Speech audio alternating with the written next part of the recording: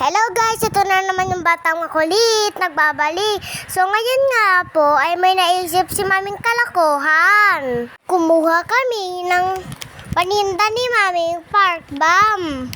Kasi nga ipaprank namin yung mga thunders, yung mga nagiinuman sa harap ng tindahan. Kapag pinisil nyo yung laman yan, tapos aantayin nyo, ayan na, sasabog na. Ayan guys, tingnan niyo yung reaction nila guys. Pinindot na nga pala ni Ate Ella yung Park Bomb. Tapos hinagis namin sa mga thunders.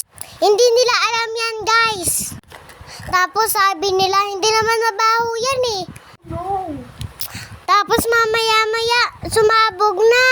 Baho nga pala. Baho yan. Amoy ka na, please. Ganun pala yun? Baho!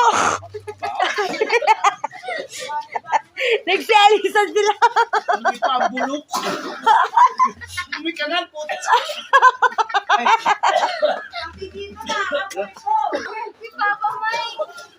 Kasi, parang ang puso negro na ano, matagal yung ano, pinagpapap.